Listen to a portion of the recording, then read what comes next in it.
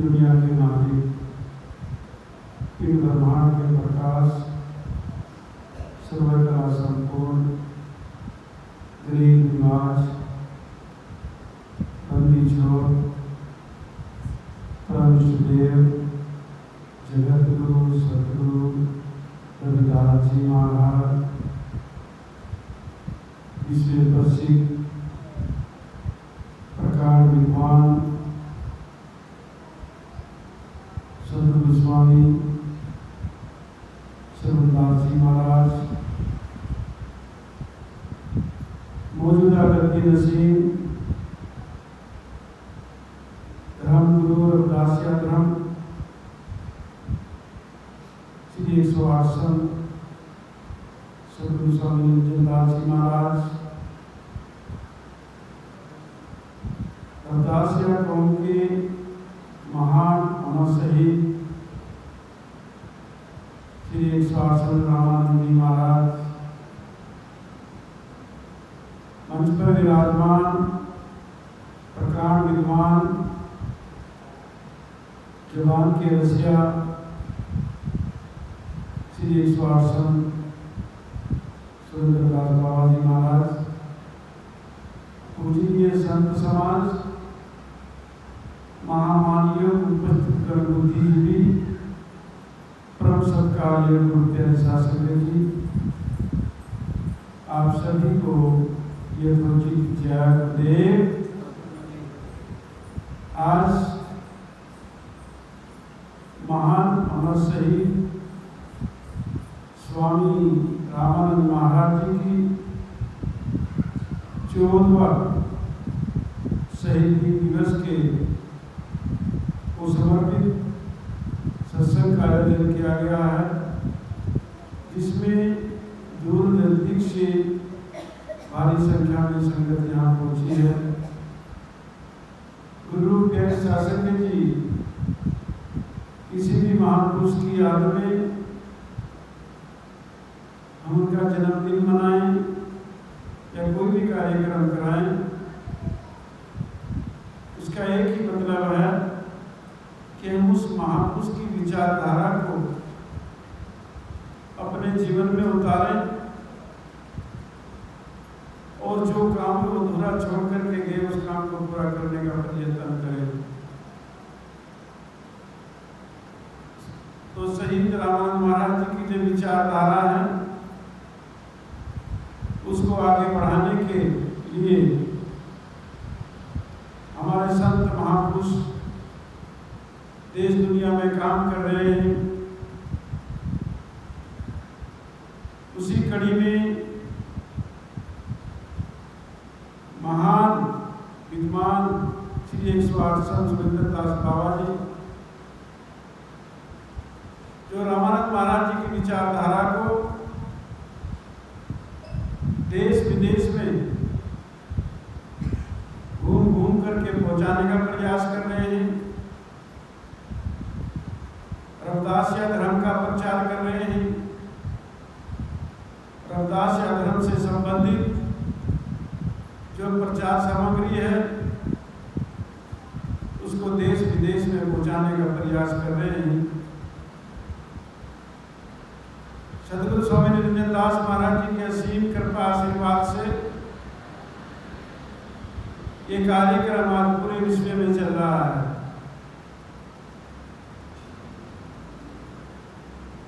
तो कानपुर के इस पावन पवित्र स्थान से जो प्रचार पूरे विश्व में जा रहा है वो सराहनीय है। अभी 19 मई, 20 मई और 21 मई को 3 दिन का कार्यक्रम जो बड़े सम्मेलन के रूप में मध्य प्रदेश में मनाने जा रहे हैं, उसमें मुख्य अतिथि के रूप में श्री 108 संत सुरेंद्रदास बाबा जी महाराज जी को जाना था।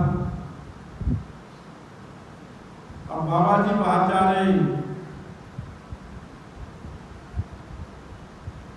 तो वो कार्यक्रम करने के लिए रविदास को जाना पड़ेगा।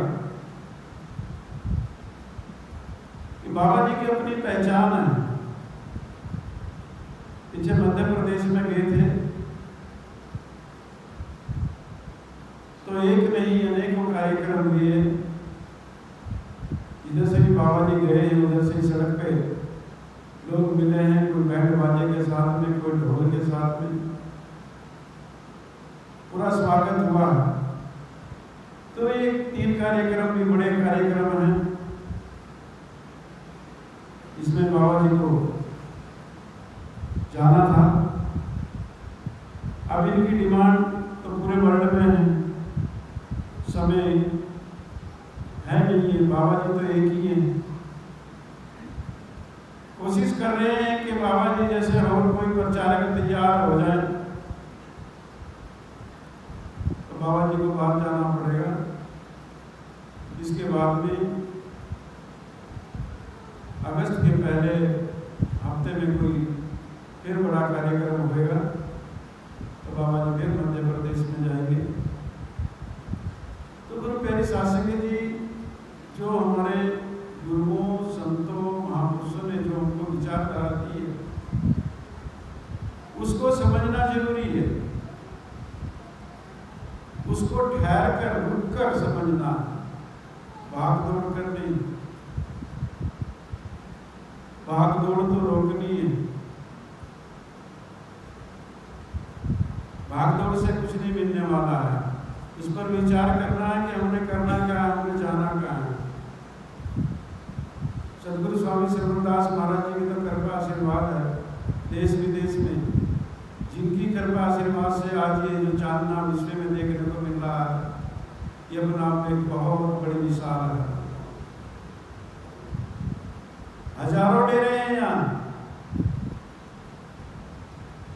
लेकिन कौम के लिए, इसके भविष्य के लिए जो कार्य किया है तो वो भी डेरा सच सर्वदास सचखंड बल्ला जलंधर पंजाब की ओर से ये अपना आप में सराहनीय है। भागदौड़ तो सब कर रहे हैं, भागदौड़ में किसी की कोई कमी नहीं है, अपने अपने हिसाब से सब काम कर रहे हैं। लेकिन डेरा वाला के महापुरुषों ने क्या सिखाया है कि भागदौड़ से भी काम नहीं चलेगा, जो काम रुक करके किया जाएगा। अभी एक छोटी सी कहानी के माध्यम से समझना कि राम बाबू चौथी मंजिल पर रहता है, तीसरी मंजिल पे ऊपर रहता है। फ्लैट में जिस तरह हमारे यहाँ चंडीगढ़ में फ्लैट है, तो राम बाबू अपने परिवार के साथ में रहता है, सामने सूरतीदास भी रहता है, दाएं बाएं कोई और रहते हैं। अब जब भूकंप आया तो सबने भागना शुरू कर दिया। ये भूकंप आ गया, भागो, दौड़ो, दौड़ लगानी शुरू कर दी, ऊपर से नीचे की ओर। पौड़ियों को भी जा रहे, कोई गिरते जा रहे, कोई पड़ते जा रहे, कोई ठोकरे खा के गिर रहे हैं। ये सबको अपनी अपनी जान प्यारी है, सब दौड़ रहे हैं।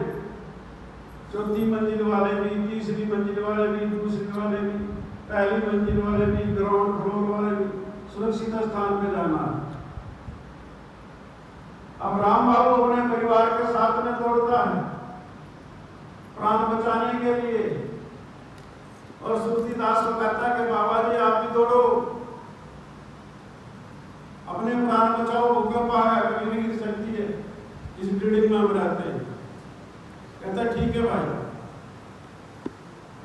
अब राम बाबू दौड़ता दौड़ता नीचे तक पहुंच गया, गिरता पड़ता, पूरे सब लोग नौजवान हुए पड़े, अपना भी भूकंप से कोई नहीं मरा,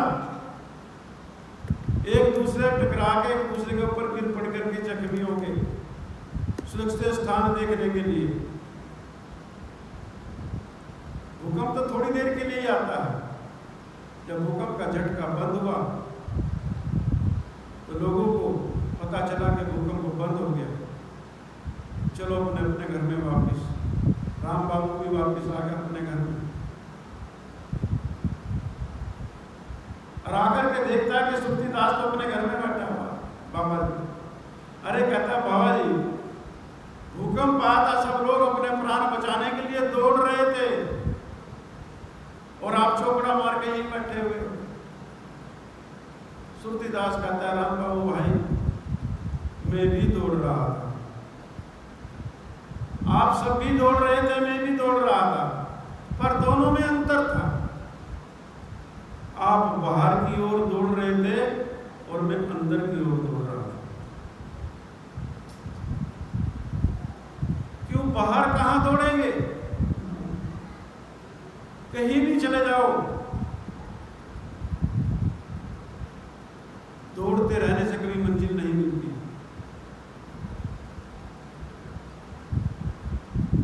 जन्म से मरण तक दौड़ता है आदमी, दौड़ते ही दौड़ते दम तोड़ता है आदमी।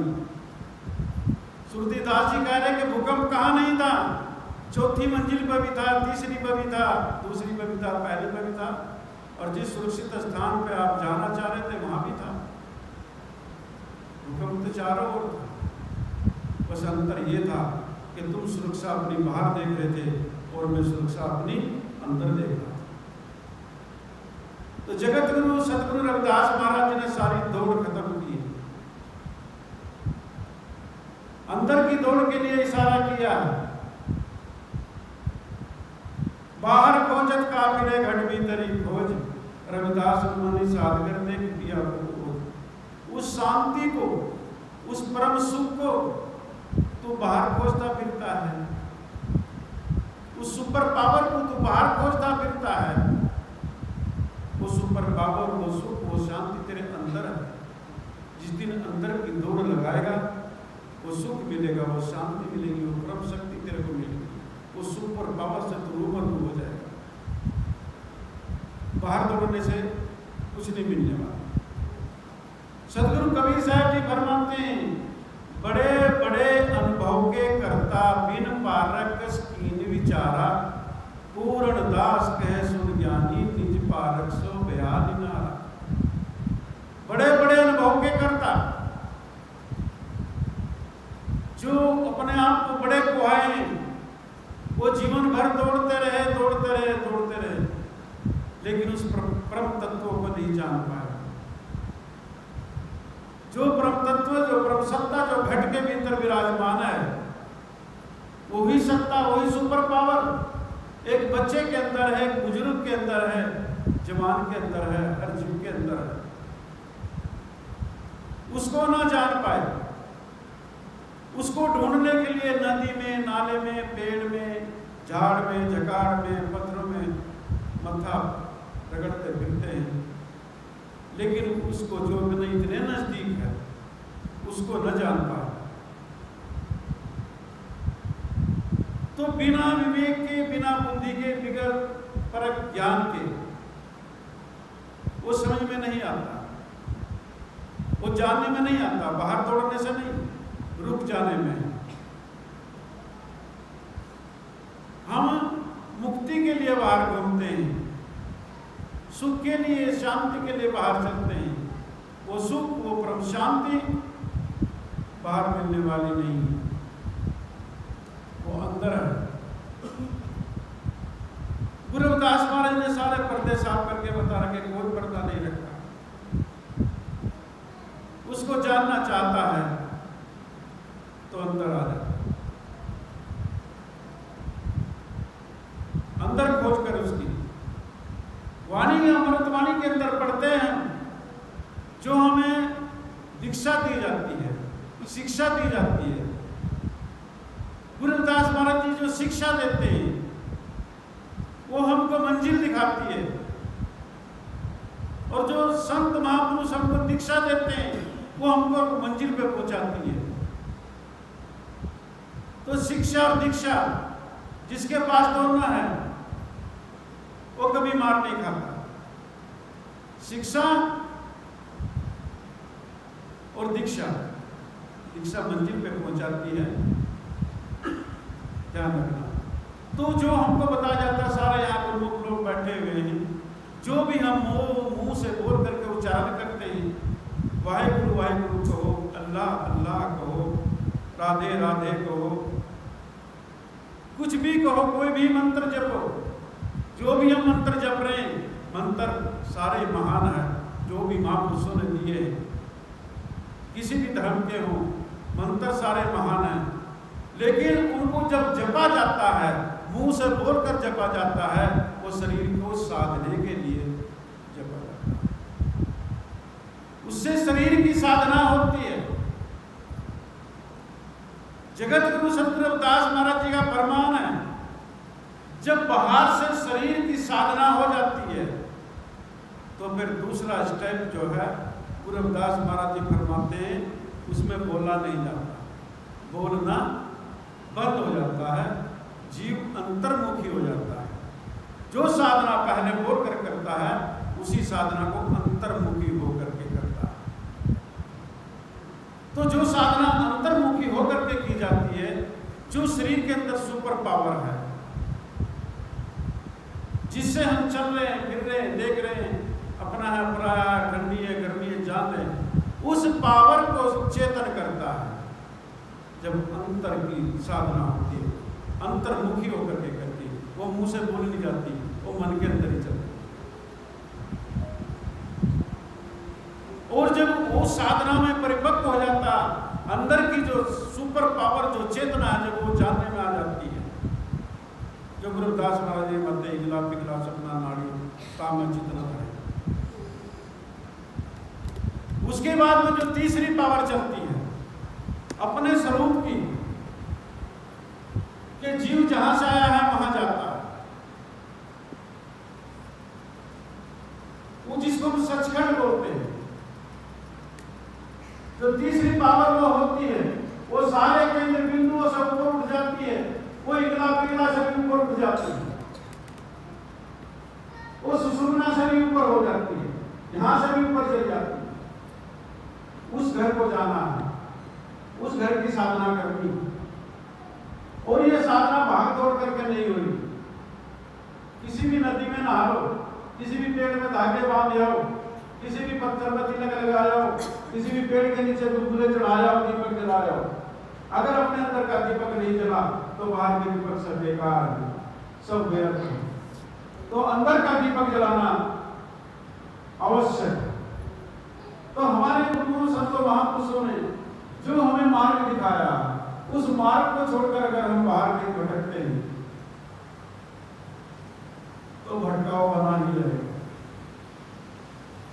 और इसी प्रकार से बड़े बड़े अनुभव के करता सतगुरु कबीर साहब जी ने सुना दिया, बड़े बड़े अनुभव के करता, यानी कि बड़े बड़े कुहाने वाले, जिन्होंने अपने आप को बड़ा कहा। चार वर्ण है इस संसार में, चार वर्ण हैं, उनको कोई नहीं मेट सकता, वो सदा से चले आ रहे हैं। पहला वर्ण मनुष्य खानी है, मनुष्य योनि है, ये पहला वर्ण है। दूसरा वर्ण जो गुरु रविदास महाराज जी ने फरमाया है वो जेरज है। तीसरा वर्ण वो अंडज है, और चौथा वर्ण उस्मज है। चार वर्ण का जिक्र किया अमृतवाणी के अंदर गुरु रविदास महाराज जी। तो जो अन्य तीन वर्ण हैं, जेरज है, अंडज है, उस्मज है, वहां साधना नहीं होती, वहां भक्ति नहीं होती, वहां दान पुण्य नहीं होता।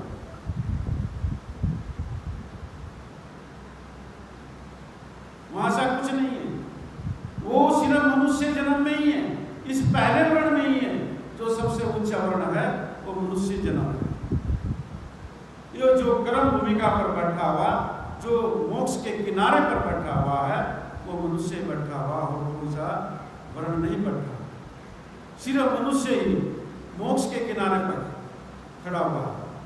ये जो साधना आपको बताई गई है हमारे गुरु संतों महापुरुषों के द्वारा, इस साधना को करके हम उस मोक्ष द्वार पर खड़े हुए हैं और उसमें प्रवेश कर सकते हैं। प्रवेश कब करेंगे कि जो भी हमने दुनिया की मानंदी पकड़ रखी है, इसको छोड़ने के बाद में और जो भी हमने दुनिया की मानवता के अनुसार भाग दौड़ हम करते चले आ रहे उसमें नहीं मिलता।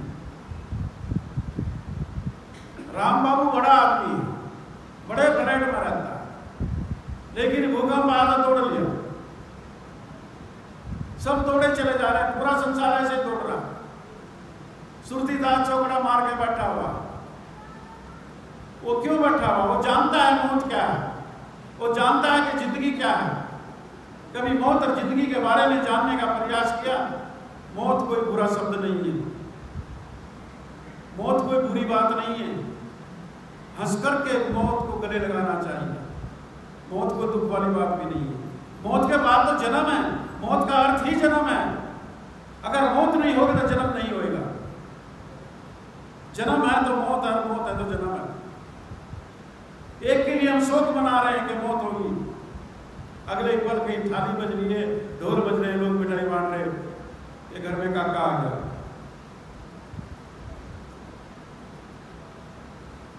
यानी कि उसी को हम मौत कहा जाता है, उसी को जन्म कहा जाता है। और अगर हम डरे भी उससे, डर भी ले तो हम बताओ डर के करेंगे क्या? क्या उपाय है हमारे पास में?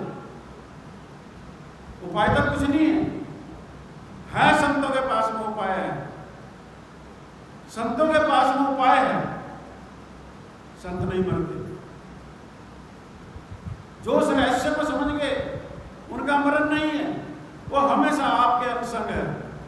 विचार करो, आप कहीं भी दुनिया में घूमते हो, मौत हर पल आपके पास को होकर के गुजर जाती है, पता भी नहीं चलता। कितनों के मुख से सुना, आज तो महाराज जी में बाल बाल बच गया, आज तो मैं बाल बाल बच गई। वो पूर्व जन्म का जो आपका शुभ संस्कार है, जो कमाई है, जो गुरु संत महापुरुष का आशीर्वाद आपके अनुसंग है, वो महापुरुष आपके अनुसंग है। सतगुरु स्वामी श्रवणदास महाराज जी आपके अनुसंग है, गुरुदास महाराज जी अनुसंग है। मौत तो हर पल आकर के गुजरती है। खेत में काम कर रहे हो, फैक्ट्री में काम कर रहे हो, जैसे सत्संग सुन रहे हो, सड़क पे चल रहे हो, मिनटों में कहते हैं आज तो मैं बाल बाल बच गए। कैसे बच के बाल बाल? तो विचार किया, ये किया हुआ शुभ कर्म ही सामने आता है, जो बाल बाल बचाता है। ये जो आम अपनी नेक कमाई में से जो हम ये दान करते हैं, जो तिल भेंट करते हैं, ये किया हुआ ही सामने आता है। तो इसलिए अपने जहां भी गुरुओं संतों महापुरुषों का सत्संग हो रहा है, महापुरुषों की विचारधारा चल रही है, तो वहां से कभी जी मत चुराना। ये कमाई हम अपने ही लिए कर रहे हैं, और मरना तो वास्तव में किसी का भी नहीं है, मरता कोई भी नहीं है। क्योंकि जो मरता है वो शरीर है, जो जन्मता है वो शरीर है, लेकिन शरीर के अंदर जो है अजर अमर अविनाशी, जो शरीर के अंदर है उसका तो मरण है ही नहीं, वो तो कभी मरता ही नहीं है। वो आज भी है, पहले भी था, आगे भी रहेगा। अरे हम कपड़े बदलने को मरना कहते हैं, जब घर में नई गाड़ी लेते हैं, नया मकान बनवाते हैं, नया सूट पहनते हैं, कितने हंस करके पहनते हैं। और जब ये शरीर जर्जर हो जाएगा तो इसको बदलने में क्या दिक्कत है? कुछ भी तो नहीं। अरे पुराना जाएगा, नवा मिलेगा, इससे भी अच्छा मिलेगा। अगर मनुष्य रह के मनुष्य के कर्म किए हैं तो मनुष्य जन्म तो पक्का है, ब्याज नहीं मिलेगा, मूल तो अपना पक्का का ही जाता। तो मरने से कभी नहीं डरना, उसका सिमरण करना। अगर डर कर भी बैठ जाओ तो बताओ क्या सुधार कर लेंगे, तो फिर भी वही का काम, जहां मर्जी चले जाओ, खेत में हो, खलियान में हो, जहाज में हो, घर में हो, गाड़ी में हो, जहां पूरा हो गया प्रारब्ध जाना पड़ेगा। तो इसलिए जो ये साधना की बात है, इसको हम अपने जीवन में उतार करके अपना जीवन कल्याण करने कोई बड़ा खेल नहीं है। बड़ा खेल तो जब है, बड़ी पूजा तो जब है, बड़ी भक्ति तो यह है कि हम इस मनुष्य जन्म में रहकर अपने जीवन का कल्याण करते हैं। जाना किसी ने कहीं नहीं है, सबने यही रहना है। किसी न किसी ग्रुप में रहना। हर रोज यहाँ संगत बदलती है, हर रोज नए नए चेहरे आते हैं, रोज का काम है। तो आज इस विचारधारा को लेकर के हमारे संत महापुरुष देश दुनिया में घूम रहे हैं और प्रचार करते हैं। आपके आशीर्वाद से, आपके प्रेम से, आपके प्यार से, संगत के प्यार से मेरे को भी देश के कोने कोने में जाने का मौका मिलता है। जो लोग आज गुरुदास महाराज जी की विचारधारा को लेकर के चल रहे हैं, वो चांदना पहले नहीं था, वो प्रचार पहले नहीं था, जो आज हमारे महापुरुषों की कृपा से हमें मिला है। सदगुरु स्वामी श्रवणदास महाराज जी ने जो बीज बोया था वो अंकुरित हुआ, वो अंकुरित हुआ है, उसका फल हमको मिला है, उसका फल हमको मिला है। याद रखना, साधना की जो जमीन है, साधना की जो जमीन है, उसमें मन रूपी बीज को बो दो। साधना की जमीन में मन रूपी बीज को बो दो। चिंता मत करो, जब मन रूपी बीज को बो दिया तो फल रूप मुक्ति मिलेगी, फल में मुक्ति मिलेगी। मन को बीज कर कर तो देखो, अगर आज हमने कणक बीजी थी तो कणक मिल गई, आज जीरी बीजेगी तो जीरी मिल जाएगी। अरे साधना के खेत में, साधना की जमीन में इस मन को बो दो, मन को बीज दो। जिस दिन अंकुरित होएगा मुक्ति रूपी फल मिलेगा, आदि अनंत के लिए सुखी हो जाए। लेकिन मन को हम बोते नहीं, जिस दिन मन बो दिया सारे सुख मिल जाए। साधना सब करते हैं, सिमरन सब करते हैं, बस प्रयास रहे कि ये मन जो है, जो मुक्ति का भी कारण बनता है, बंधन का भी कारण बनता है, इसलिए से मन को ही पकड़ को उस साधना रूपी जमीन में दग्ध कर दो। और जब ये मन साधना रूपी बीज इसमें होगा तो मुक्ति का फल मिलेगा, आदि अनंत के लिए सुखी होगा। तो गुरु के शासन में हम संकल्प ने कि हम बाहर की भागदौड़ बंद करके जो असली खजाना हमारे पास है।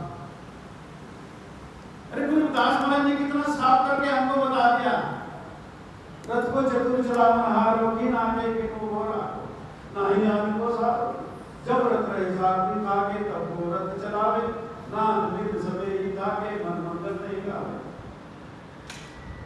कितना स्पष्ट बता दिया कि जो रथ, 5 तत्वों का रथ है, इसको चलाने वाला चतुर है, बड़ा सूझवान है, ये घूम रहा है,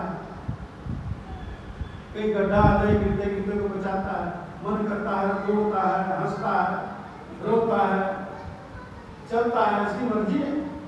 मालिक अंदर बैठा हुआ, ड्राइवर अंदर बैठा हुआ। अगर कोई दास महाराज जी सवाल खड़ा कर देते हैं, जब रथ रहे साथी थाके तब को रथ चलावे, जब रथ तो है साथी थक गया तब रथ को कौन चलाएगा? अरे कार है, इसमें ड्राइवर नहीं है, कार कैसे चलेगी? ये 5 तत्व की कार, ये 5 तत्व का रथ है, लेकिन रथवान निकल गया, ड्राइवर निकल गया, तो इसको कौन चलाएगा? पड़ी रह जाएगी। वो ड्राइवर अंदर ही है, इस चीज का ध्यान रखना, वो ड्राइवर बाहर नहीं है। और जिस दिन ड्राइवर बाहर होगा तब को रथ चलावे। गुरुदास महाराज कहते हैं, फिर रथ को कौन चलाएगा? ना दिन सभी थाके मन मंगल नहीं गावे, ना हंसोगे, ना जो आगे बड़ी जल्दी है, घर जाना है, ना खुशी गमी के गीत गाओगे, कुछ भी तो नहीं होएगा। तो जिंदगी में कोई भी शुभ नहीं है, कुछ भी अशुभ नहीं है। अगर हम बुरे कर्म कर रहे हैं तो वो अशुभ है, अच्छे कर्म कर रहे हैं तो वो शुभ है। अच्छे कर्मों में खड़े, यहाँ स्वर्ग में तो बैठे आप। स्वर्ग किसको कहते हैं? संधि विच्छेद करके देख लो, 100 जमा वर्ग, 100 माने अपना वर्ग, जहां अपना वर्ग है वही तो स्वर्ग है। ये सारा अपना वर्ग ही तो बैठा हुआ, सारे सत्संगी बैठे में, सारे गुरु भाई बैठे में, सारे सिमरन करने वाले बैठे, ये सारा अपना वर्ग ही तो है, इसके अलावा कोई स्वर्ग नहीं है।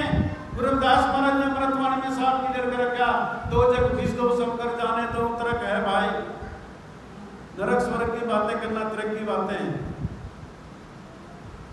यही स्वर्ग है। और याद रखना, जो जुआरी है उनका भी स्वर्ग होता है। तो जो जुआरी जुआ खेलते हैं ना, वो उनका वर्ग, वो उनका स्वर्ग है। जो दारू पीते हैं इकट्ठे बैठ के 10-5, वो उनका स्वर्ग है। लेकिन आपका स्वर्ग ये सत्संग है। बैकुंठ भी उसे आग दे जहां होते सत्संग। तो गुरु रविदास महाराज ने स्पष्ट बता रखा, यही तो स्वर्ग है, यही तो बैकुंठ है जहां बैठे हुए हैं। इसके ऊपर की कामना मत करना, यही है वो। यही अपना नेक मन करके, अपना साफ मन करके इसी स्वर्ग में बैठो और अपने कर्मों का सुधार करो। इन्हीं शब्दों के साथ में आप सभी को जय गुरुदेव।